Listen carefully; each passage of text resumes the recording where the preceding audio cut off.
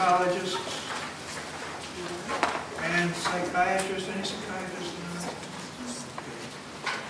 We know that someplace around 60% of the patients we see with the disease of chemical dependence, compulsion to use, impaired control, consequences, and yet they go back to it, have another psychiatric disorder.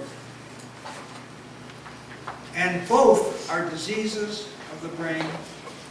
Both have to be treated. If I get in an accident and I break a leg and an arm, and they just treat my arm, I still can't walk.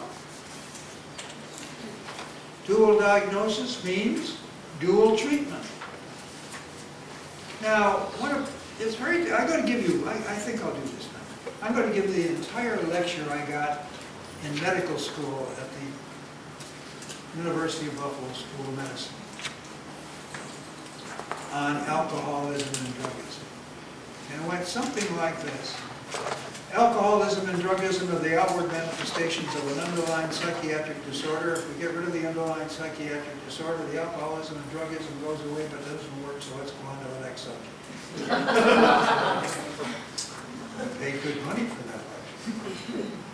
Alcoholism and drugism cause psychiatric symptoms.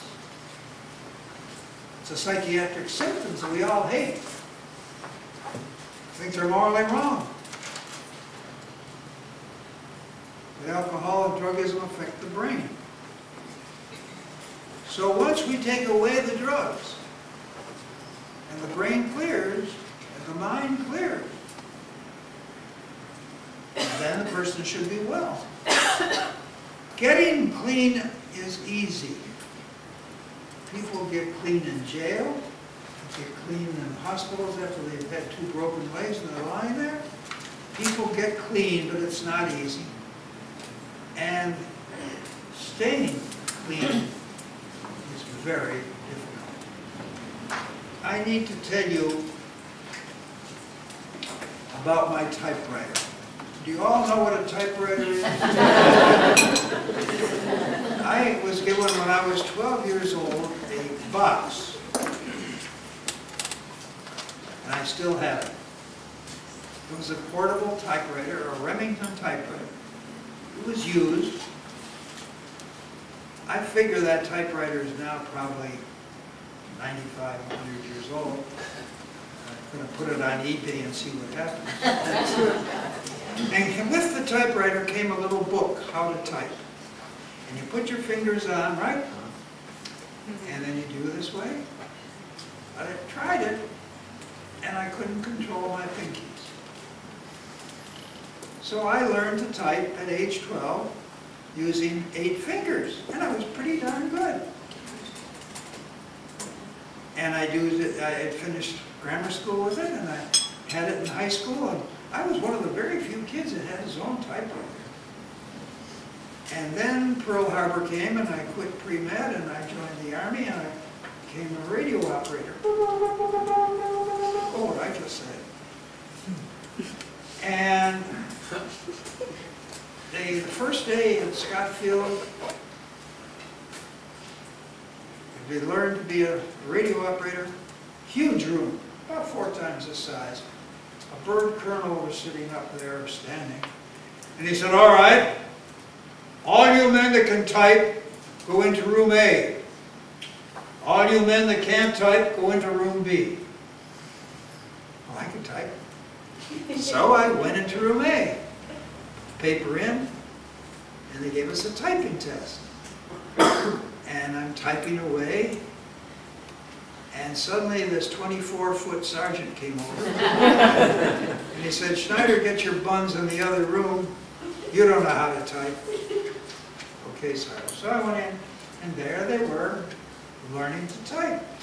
Paper in, put your hands on. Question.